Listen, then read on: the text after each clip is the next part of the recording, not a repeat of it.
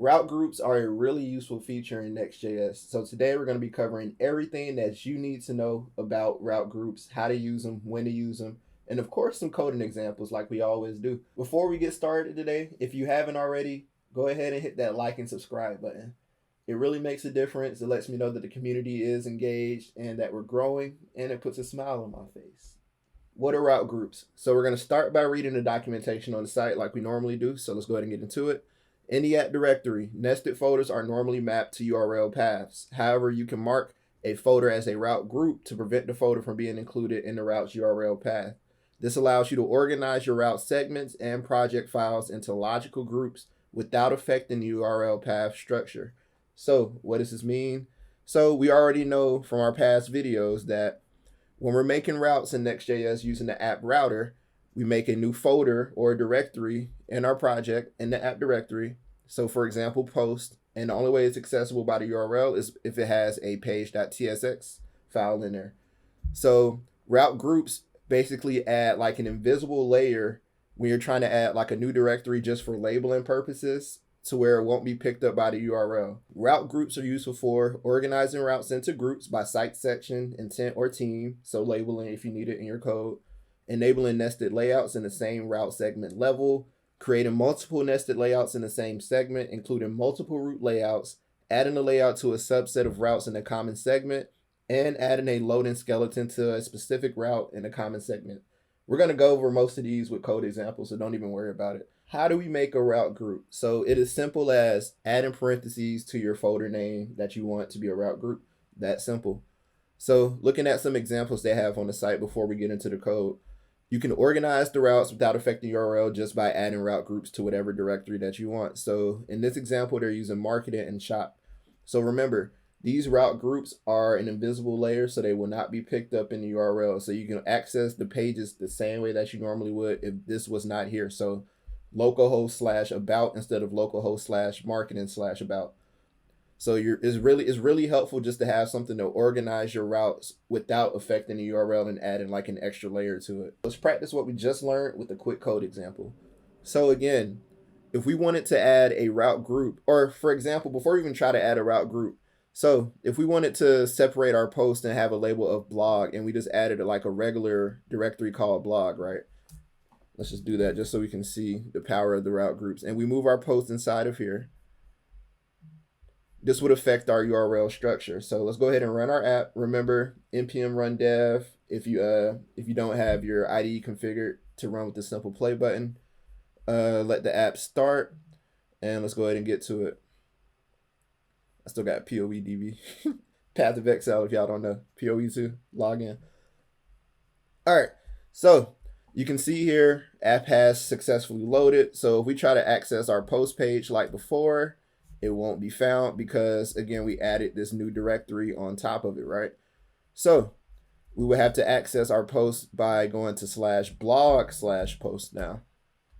And you can see that works. But we don't want to add an extra layer when we're just trying to label, our routes. So this is where route groups would come in handy. So we simply rename this folder or this directory, and we put parentheses around it, and this will create that invisible layer so our URL won't be updated and we can still access our post page as normal without having to go through one extra step. So now we get a 404 because, again, route group is in place and we can still access our post page. So that's the first example of how route groups work, how to use them, and if you're just trying to use it just to label your routes. So based on the examples on the docs, right? So even though the routes inside the marketing and shop route group share the same URL hierarchy, you can create a different layout for each route group by adding a separate layout.tsx file inside each of their corresponding folders. All right, so for the sake of this coding example, this has nothing to do with our blog that we'll be making eventually. Let's just go ahead and create a new route group called shop. So to remember, create our route group, we need to add parentheses around our directory name so it won't be accessible by the URL. Easy. And now inside of the shop route group, let's make a new directory called cart. So this will be accessible by the URL. And then inside of cart, to make it accessible, of course, we need to add a page.tsx file. And we simply are going to copy what we have on the post page. Easy. And then we're just going to change this to hello cart page, right? So sanity check, let's go into the URL and make sure our route was made successfully. So if we change this to cart, you can see here that it's working. So the example that we're about to cover is separate layouts for each route group. So in order to have a separate layout for each route group, we simply just add a layout.tsx inside of each route group. So this is really cool because normally if this invisible layer wasn't here, you wouldn't be able to do this. So I want my blog to have a different layout than my shop route group. So we simply just add layout.tsx. And we go to our main layout and we're just going to copy this portion. And we go back here, fix the stupid formatting. Next video, I'm going to add in the formatter so you guys can see just how easy it can be or how clean things get. And let's remove the HTML tags. We don't need this for this example, right? And now we also want to add an H1 tag just so we can know. Let's just say hello blog group layout. And then let's put this in some tags here just so we can not get an error. Easy, right? So now when we go back to our blog page or our post page, you can see here we have the blog group layout. But if we go to our cart page, we don't. That's real dope, huh? And then just for, again, sanity check, let's go ahead and copy this. Oh, let's remove root layout because this is not a root layout, just for naming conventions. And if we go into our shop route group, we do the same thing. Layout.tsx. Easy. And then formatting again. I'm going to pull my hair out because of that. And then we do hello shop. And voila. Going back into the documentation. So this is literally what we just covered in our coding example. So opting specific segments into a layout. So we created a route group for shop and blog. And inside of that, we put routes that we wanted to be in that route group, of course. And then for each separate route group, we added a different layout.tsx file. So that's literally the example we covered. So moving on, opting for loading skeletons on a specific route. Again, this is similar to the above. You just add a loading.tsx file. I know we haven't gone over those type of files yet, but it just shows when your app is loading. You can use that file, but we'll talk about that in a separate video. Creating multiple route layouts. So let's go ahead and talk about this. To create multiple route layouts, you will have to remove the top level layout.tsx file and add a layout.tsx file inside of each route group. This is similar to what we just did, but instead of removing the HTML tags like we did in our example, we would keep those, and those would be the top level layout for each route group if we're doing multiple route layouts. So in the code, as it currently stands, our app has one root layout, of course, and that is this, that's in the root directory of our app directory, right? So if we want to make multiple root layouts, we would have to remove this essentially and put it inside of both of these route groups. So step one, before we even do that, we have a page in our root here, right? So this would be localhost and just the slash URL, the main or the initial URL, right? We want to move this into one of our route groups since these will be acting as our root layouts now. So let's go ahead and move this into our blog route group, right? Okay. So when the app loads and we just go to localhost 3000, we'll be still be able to access that root page and we won't get thrown a 404 error. So now that we've moved that and set that up, let's go ahead and open our layout.tsx file, and you can see this is our main one. So the only difference between this layout file and the layout file that we made in our previous example, it has the HTML tags. So we're just gonna go ahead and copy all of this though. And let's go ahead and go into our blog layout.tsx file and paste what we just copied. This annoys me. So now we have HTML tags, right? And then we need to fix our import just because we are now one layer deep. So this is just file stuff. So let's go ahead and make sure we don't get any errors that way. All right.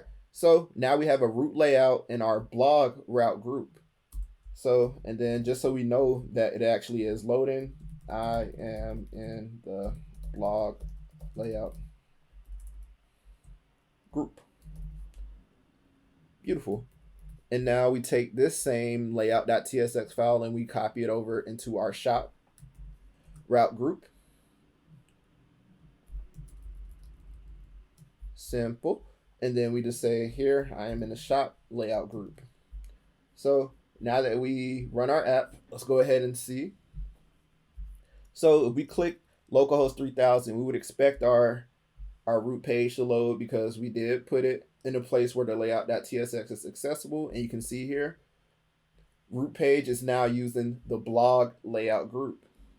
Simple, right? And then if we go to /post, we would expect the same thing. I'm still in the blog layout group. And then if we try to go to cart, we would expect this to change to shop layout group. So this is an example of how to make multiple root layouts inside of your app. This is really useful if you want to have like an entirely different UI for, you know, 2 different pages or 2 different route groups within your app. I haven't had the chance to personally use it or a use case where I needed to use this like professionally at my current job, but it's definitely a really big feature that you can use and if you want to take advantage of it. So let's go back to the documentation. So now that we've done this, let's see. Let's read some good to knows.